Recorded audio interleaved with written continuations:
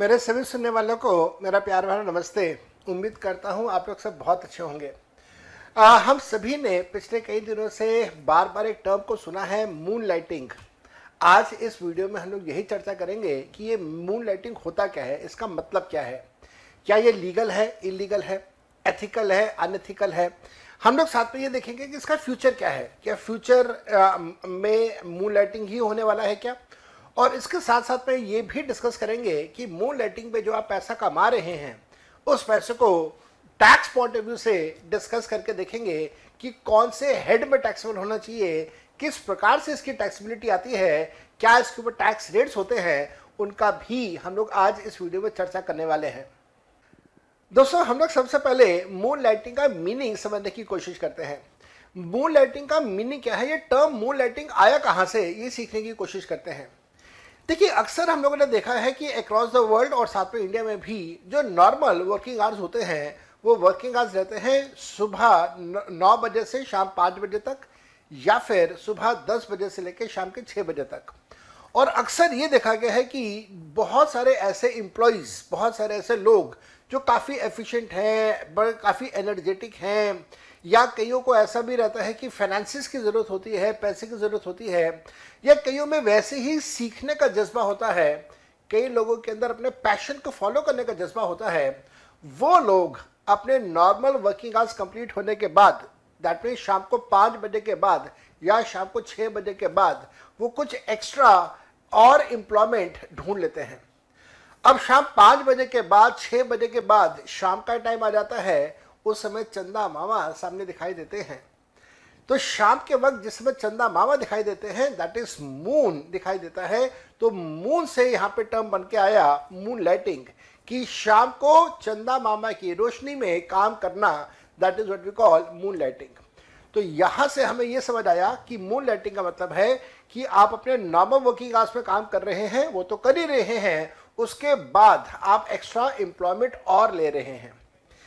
क्या ये moon lighting हमारे हिंदुस्तान में, हमारे देश में कुछ नया है, या फॉर दैट मैटर पूरे वर्ल्ड के अगर हम लोग बात करें तो कुछ नया है क्या इसके अंदर?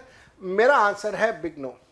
अक्सर आप लोगों ने देखा, सुना, आप लोगों ने एक्सपीरियंस भी करा होगा कि हमारे स्कूल के टीचर्स, हमारे कॉलेज के प्रोफेसर्स सुबह के टाइम अपने स्कूल या कॉलेज में पढ़ाते हैं और शाम के टाइम पे अपने घरों में ट्यूशन्स में भी पढ़ाते हैं। इसके साथ साथ में आपने ऐसा भी देखा है कि बहुत सारे डॉक्टर्स अलग अलग हॉस्पिटल्स में काम करते हैं, सुबह के टाइम पे हॉस्पिटल्स में होते हैं, शाम के टाइम पे उनका अपना प्राइवेट क्लिनिक भी चल रहा होता है। So this is something not new, ये कुछ भी नया नहीं हो रहा, बस आजकल इसकी चर्चा थोड़ी सी ज्यादा हो रही है। तो मैंने आपके साथ यहाँ पे डिस्कस किया क्या ये मून लाइटिंग का मतलब क्या होता है। अब हम लोग यहाँ पे ये भी साथ में डिस्कस कर लेते हैं, क्या मून लाइटिंग और फ्रीलांसिंग ये दोनों सेम चीजें होती हैं? देखिए, अगर हम लोग फ्रीलांसिंग की बात करें तो फ्रीलांसिंग के अंदर आपका कभी किसी दूसरे के साथ एम्प्लॉयर एम्प्लॉय रिलेशनशिप नहीं होता। आप किसी के एम्प्लॉय नहीं होते, आपका कोई एम्प्लॉयर नहीं होता, and there is no employer employ relationship. लेकिन अगर हम लोग मून लाइटिंग की बात करें तो मून लाइटिंग में आपका किसी न किसी के साथ एक एम्प्लॉयर एम्प्लॉय रिलेशनशिप जरूर होगा, और उसके बाद आप एक्स्ट्रा काम कुछ और कर रहे होंगे, maybe as a freelancer, maybe as a freelancer. अगर वो फ्रीलांसर के तौर पे आप काम कर रहे हैं तो वो बिल्कुल एथिकल है, उसके अंदर बिल्कुल भी किसी भी प्रकार की कोई इश्यूज नहीं होने चाहिए। So there is a difference between a moonlighting and freelancing. Freelancing में you do not have employer employ relationship with anybody. Moonlighting में you have a employer employ relationship, you have a contract of services with some organization, and over and above that you are working for some other organization as well. That is what we call moonlighting. क्या reason हो सकता है कि कोई भी व्यक्ति moon lighting की तरफ क्यों जाएगा? मैंने अभी थोड़ी देर पहले भी कहा कि किसी को एक्स्ट्रा फाइनेंसिस की जरूरत पड़ती है, किसी को अपनी क्रिएटिविटी दिखाने का चाव होता है, किसी को अदरवाइज अपने पैशन को फॉलो करने की इच्छा होती है।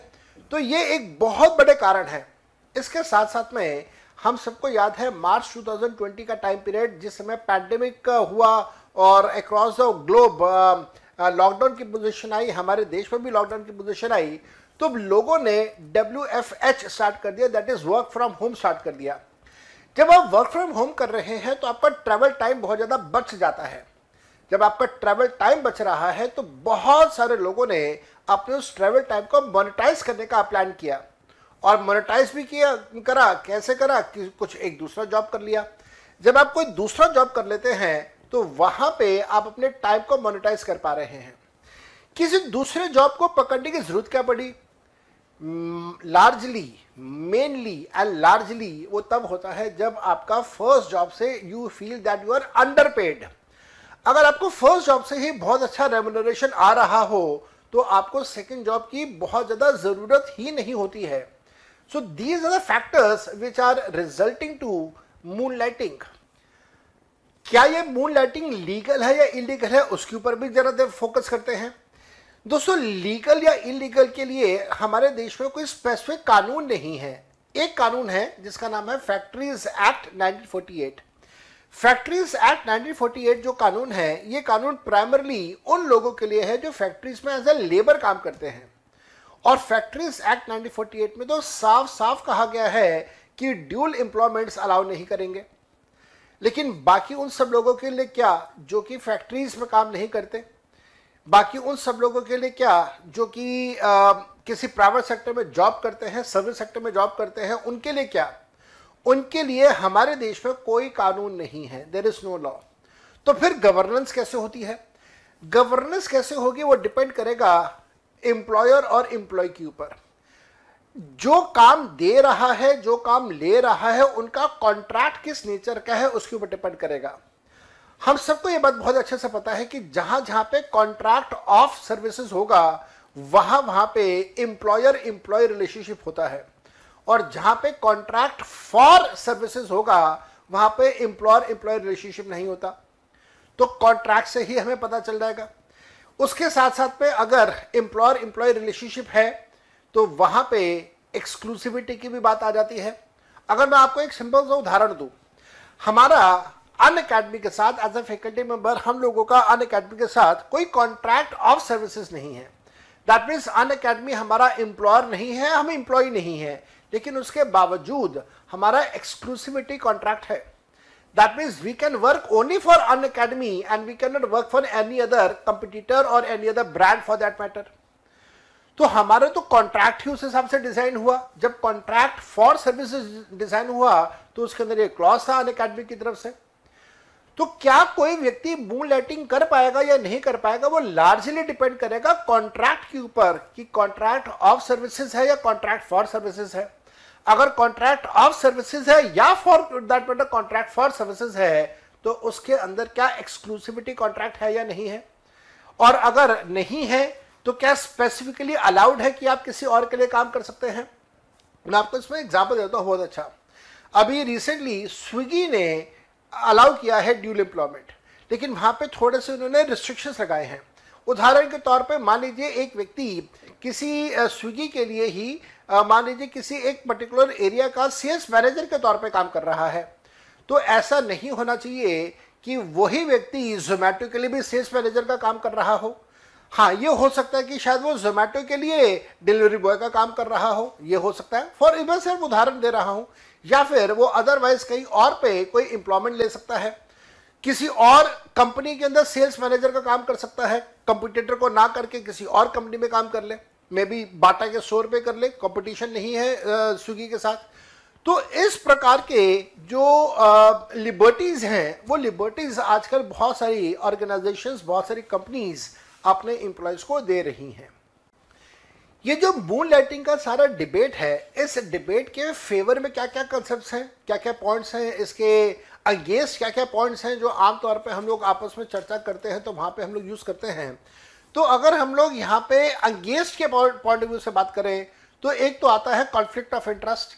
तो जब आप दो ऑर्गेनाइजेशंस के में काम कर रहे होते हैं तो आपकी वफादारी कहाँ पे है उसके ऊपर एक बहुत बड़ा सवाल आता है, तो there is a conflict of interest. Breach of confidentiality भी आता है कि साहब आप एक व्यक्ति के जो कॉन्फिडेंट पॉइंट्स हैं या कॉन्फिडेंशियल वाले पॉइंट्स जो हैं जिसके ऊपर जो एक सीक्रेट इंफॉर्मेशन है, सेंसिटिव इंफॉर्मेशन है, वो किसी दूसरे की तरफ लीक आउट नहीं होनी चाहिए, ऐसी इंफॉर्मेशन को हो सकता है आप पास ऑन कर दें। तो ये एक पॉइंट आता है जो एंगेज्ड द मून लाइटिंग जाता है। इसके साथ साथ में फटीग और बर्नआउट की पोजीशन भी आती है कि ऐसा लगता है कि भाई अगर आप दो जगह काम कर रहे हैं, आप दिन में लेटे से 12, 15, 18 घंटे काम कर रहे हैं, तो बहुत शॉर्ट स्पैन के अंदर you will be facing a situation of burnout और otherwise you will be having a fatigue, जिसकी वजह से आपकी ओवरऑल प्रोडक्टिविटी जो है वो कम हो जाती है। तो these are the points which go against the moon lighting. But then what is the point which is in favour of moon lighting? अभी मैंने थोड़ी देर पहले कहा कि अगर कोई एम्प्लॉई बहुत एफिशिएंट है, बहुत एनर्जेटिक है और उसको अपने स्किल सेट्स इंप्रूव करने हैं, उसको और नई चीज़ें सीखने का मन है, तो वो अगर किसी दूसरे ऑर्गेनाइजेशन में काम करता है without impacting the first employment, तो फिर उसमें गलत भी क्या है?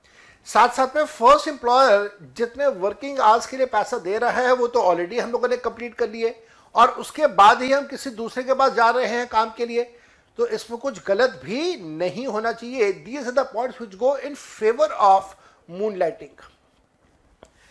दोस्तों, अब हम लोग ये डिस्कस करते हैं कि मून लाइटिंग का जो पैसा कमाया गया उसका टैक्स इंप्लीकेशंस क्या हैं।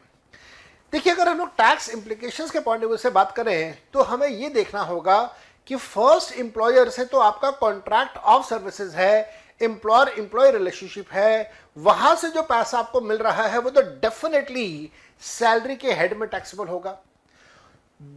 Very very certain is that the first employer जब आपकी इनकम के ऊपर टीडीएस काट रहा है तो क्या वो टीडीएस सेक्शन 192 में काट रहा है? आंसर इज यस, वो 192 में ही काटेगा क्योंकि एम्प्लॉयर एम्प्लॉय रिलेशनशिप है। तो अगर फर्स्ट एम्प्लॉयर की तो हमें कोई इशू नहीं है। अब आते हैं सेकंड एम्प्लॉयर के पास जहां पे मून लाइटिंग होती है। सेकंड एम्प्लॉयर के पास जब आप काम करते हैं तो अब पहली चीज तो वहां पे कॉन्ट्रैक्ट चेक करेंगे, कॉन्ट्रैक्ट ऑफ या कॉन्ट्रैक्ट फॉर सर्विसेज है। अगर सेकंड एम्प्लॉयर के पास भी कॉन्ट्रैक्ट ऑफ सर्विसेज है तो इसका मतलब वहां पे भी एम्प्लॉयर एम्प्लॉय रिलेशनशिप है, और अगर वहां पे भी एम्प्लॉयर एम्प्लॉय रिलेशनशिप है तो वो भी टीडीएस काट रहा होगा अंडर सेक्शन 192। यहां पे आती है अब एक प्रॉब्लम। हमारा जो सेक्शन 192 है वो ये कहता है कि अगर कोई भी व्यक्ति दो एम्प्लॉयर के पास काम कर रहा है तो दोनों एम्प्लॉयर अलग अलग टीडीएस नहीं काटेंगे, टीडीएस एक ही एम्प्लॉयर काटेगा दोनों में से। अब वो एक एम्प्लॉयर कौन होगा ये एम्प्लॉय डिसाइड करेगा। एम्प्लॉय डिसाइड करके बता दे कि साहब मैं तो दूसरे के पास भी काम करता हूं और ऐसी सिचुएशन में जब मैं दूसरे के पास भी काम करता हूं मेरे को वहां से भी इनकम आती है, सैलरी आती है, और वो पहले वाले अपने एम्प्लॉयर को इन्फॉर्म कर दे। जो भी एम्प्लॉयर वो चूज करेगा कि टीडीएस काटे उस एम्प्लॉयर को इन्फॉर्म कर दे।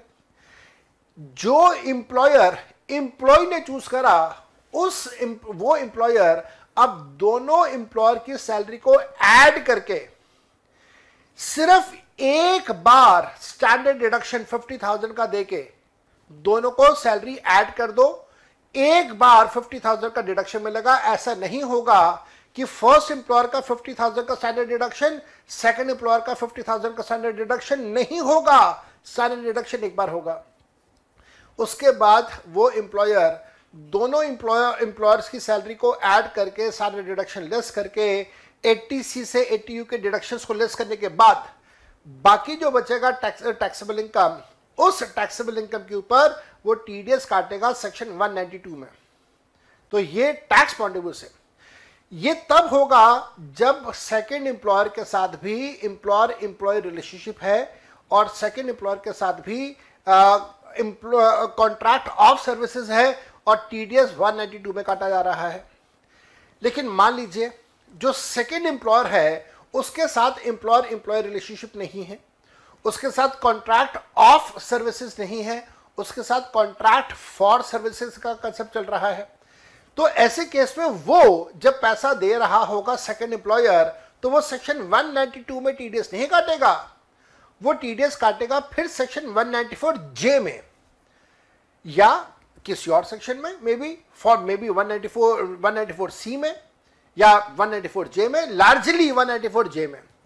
अगर टीडीएस सेक्शन 194J में काटा गया है तो फिर डेफिनेटली जिसको ये पैसा मिल रहा है उसके लिए बिजनेस इनकम के तौर पर टैक्सेबल होगा, सैलरी के तौर पर टैक्सेबल उसको हम लोग नहीं करेंगे। तो ये आपके पास टैक्सेबिलिटी पॉइंट ऑफ व्यू से बात आती है। आपको एक बात बताता हूं, यूनाइटेड किंगडम और यूएसए, ऑस्ट्रेलिया, कनाडा जैसे जो डेवलप्ड कंट्रीज हैं, they allow legally they allow the moon lighting till the time a person is paying taxes on the income earned from both employers. तो कोई दिक्कत ही कभी नहीं आती है। तो बस इस बात का आपको ध्यान रखना है कि मून लाइटिंग आप करें, बिल्कुल करें, होना चाहिए, हो भी सकता है, होना भी चाहिए, और बस उसके टैक्सेस के बारे में ध्यान रखिएगा कि ऐसा कभी ना हो कि आप टैक्सेस उसके अनपेड रह जाए या टैक्सेस शॉर्ट पेड हो जाए। अगर दोनों एम्प्लॉयर से आपको सैलरी मिल रही है, दोनों एम्प्लॉयर 182 का सेक्शन अप्लाई कर रहे हैं, तो वो गलत हो जाएगा। दोनों नहीं कर सकते, दो में से कोई एक करेगा, को वो एक एम्प्लॉय चूज करेगा। साथ साथ में स्टैंडर्ड डिडक्शन 50,000 का 2 बार नहीं मिलेगा, एक ही बार मिलेगा। ये सारी बातें ख्याल रखने वाली हैं, ये सारी बातें ध्यान रखने वाली हैं। अगर सैलरी नहीं है, बिजनेस इनकम है, 194J में टीडीएस कट रहा है, फिर तो कोई चैलेंज है ही नहीं। उम्मीद करता हूं आपको ये वाला वीडियो पसंद आया होगा। जैसे पहले के बहुत सारे वीडियोस आप लोगों को पसंद आए, इस मून लाइटिंग का वीडियो भी आप लोगों को पसंद आएगा। इस वीडियो को शेयर कीजिएगा, हमारे चैनल को सब्सक्राइब जरूर कीजिएगा, ताकि आगे आने वाले और बहुत सारे ऐसे कमाल के वीडियोस आपको मिल सके, आपकी जानकारी इसमें बढ़ सके। Wishing you happy learning, bye bye and take very good care of yourself. Bye.